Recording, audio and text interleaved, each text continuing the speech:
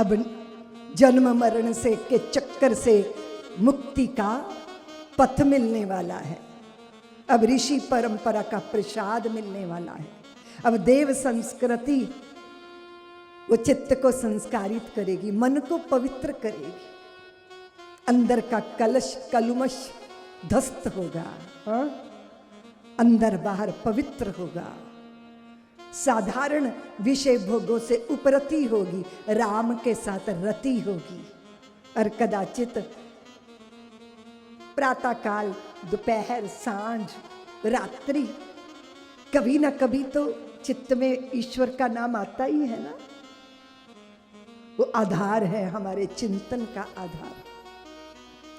हमारे देश ने इस प्रसाद को पाया, हमें ऋषि मुनियों की कृपा मिली, पूरी धरती को संस्कारों से सींचने का के लिए तपस्वियों ने तप किया, शूरवीरों ने वीरता, शिल्पकारों ने शिल्प से, कलाकारों ने कला से, शिक्षाविदों ने शिक्षा से, विद्या निधि देने वालों ने विद्या देकर बनाया है ना भारत भूमि को। क्यों देवियों, कैसे बनाए भारत में ये पवित्र भाव, कैसे भारत की महिमा है। अगर मैं आपको कथा श्रवण कराने आती हूं तो व्यासपीठ पे बैठती हूं, हैं? आप भूमि पे बैठ के कथा श्रवण करते हैं ना। तो व्यासपीठ इस पूरे मंडप का क्या है? एक मंच है ना, मंच। सारा विश्व ईश्वर का निर्मित किया हुआ है, सारा ब्रह्मांड, एक ब्रह्मांड नहीं, अनंत ब्रह्मांड। ये जो एक गैलेक्सी दिखती है एक ही थोड़ी है, अनंत ब्रह्मांडों के नायक हमारे श्री हरि हैं। सारा संसार एक रंगशाला है, लेकिन इस रंगशाला का रंगमंच भारत की भूमि है, जहां भगवान स्वयं प्रकट होकर अवतार लेकर इस धरा को धन्य करते हैं। इसलिए ये धरती संसार से कुछ अलग है। और आप जिस संस्कृति के संवाहक हैं, वेदों में है, मूल पुराणों में जिसकी व्याख्या है, उपनिषदों में जिसका चिंतन और सरस आख्या है, स्मृतियों में जिसकी स्मृति सफल विधान बनी है, जिसकी असीधारा वीरों का चिर आह्वान बनी है, राम कृष्ण का जीवन जिसकी शाश्वत परिभाषा है, वही हमारा धर्म सनातन धरती की आशा है, समस्त धरती की आशा। कोई भौतिकवाद से जल रहा है, कोई आतंकवाद से जल रहा है, लेकिन भारत अति मानवता के उस संस्कार को देता है।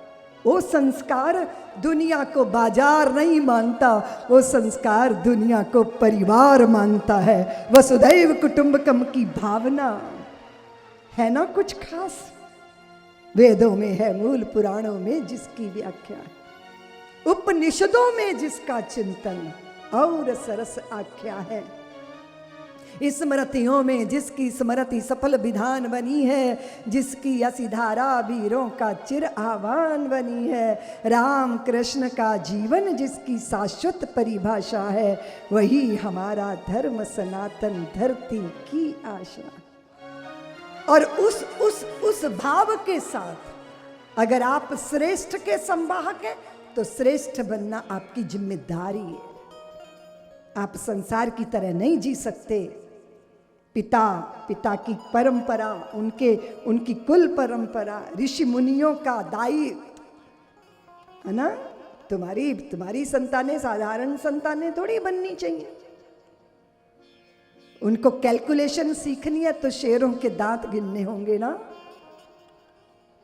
अतीत का भारत क्या था, यहाँ का बचपन कैसा था। कण्व ऋषि के आश्रम में शकुंतला का वो पुत्र भरत, कैसा तेज, कैसी तेजस्विता।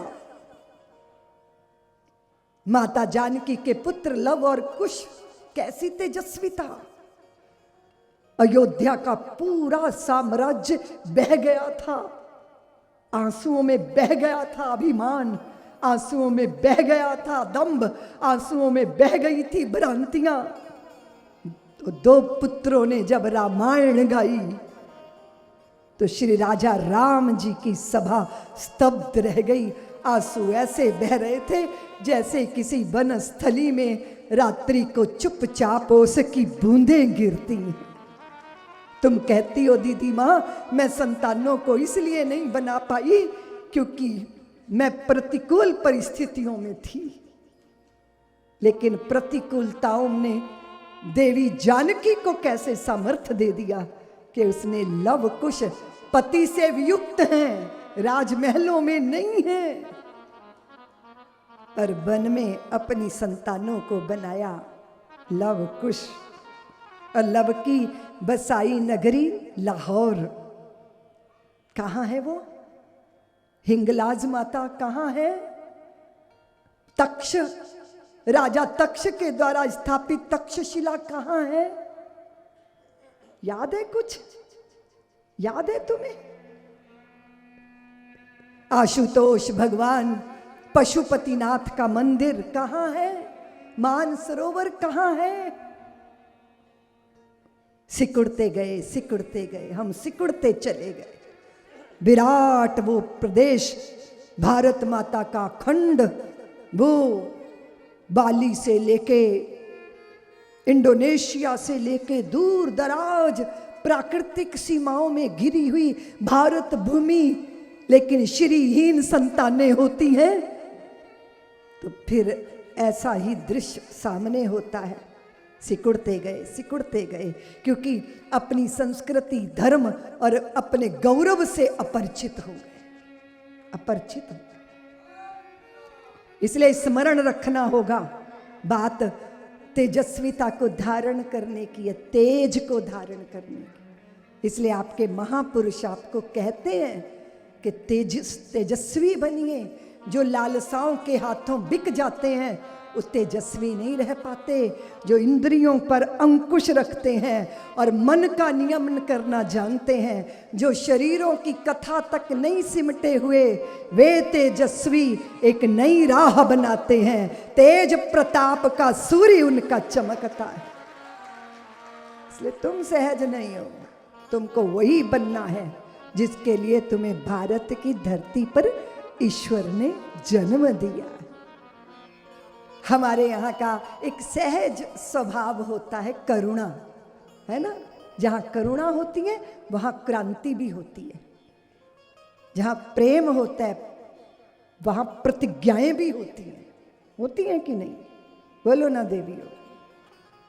हमें फूलों की खुशबू लेना और जीना आता है, पर हम शूलों को झटक के पटकते नहीं हैं। उन शूलों की चुभन में हम और तेज होकर, तेजस्वी होकर निखरते हैं। हमें सब स्वीकार है, सब स्वीकार है। खाली सुख तो भोथरा बनाता है। तुमने देखा कभी? सुविधाओं में जीने वाले तेजस्वी नहीं होते।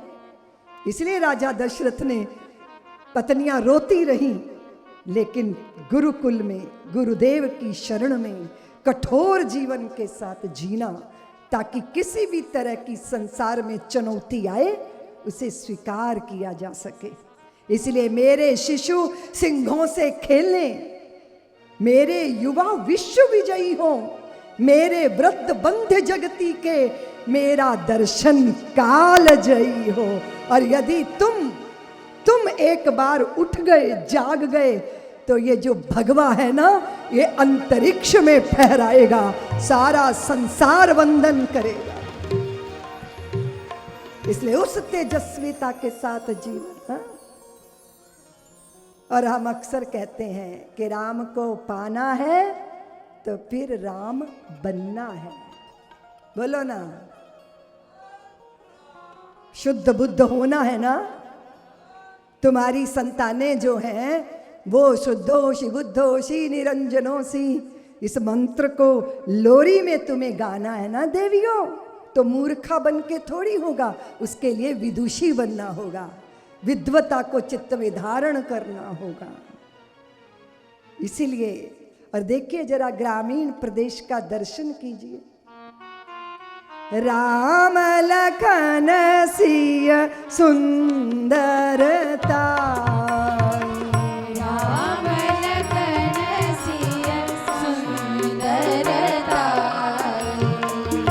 सब चित वही चित मन मति लाई।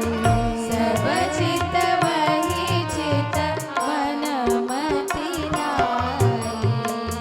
कोटि मनोज लजावन हारे। कोटि मनोज लजावन हारे। सुमुखी कहो को आही तुम्हारे। सुमुखी कहो को आही तुम्हारे। सहज सुभाय सुभगतन गोरे। सहज सुभाय सुभगतन गोरे। नाम लखन लघु देवर मोरे। राम लखन लघु देवर मोरे। बहुर बदन विदु अंचल ढाकी। बहुर बदन विधु अंचल ढाकी।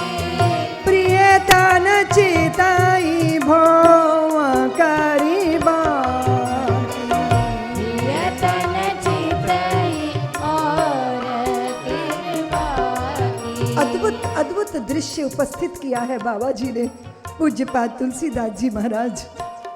और हमारे ग्रामीण, हमारे भारत का ऐसा ही दर्शन, सही दर्शन, जहाँ लाज है, जहाँ लज्जा है, दूर ग्रामों के पथों से अलग अलग मार्ग को ढूंढते हुए श्री राम लखन जानकी सहित, लेकिन सारा ग्राम एकत्रित हो जाता है। ग्रामीण विधूटियाँ देखती हैं, कितनी कोमल कोमल है, कितनी सुभग है, कैसी सुमुखी है, कैसी अद्भुत है, कैसी शीतल है, कैसी शांत है। सब्सक्राइब करें साध्वी ऋतंभरा जी के YouTube चैनल को और हमारी वीडियोस को सबसे पहले देखने के लिए बेल आइकन को दबाना ना भूलें।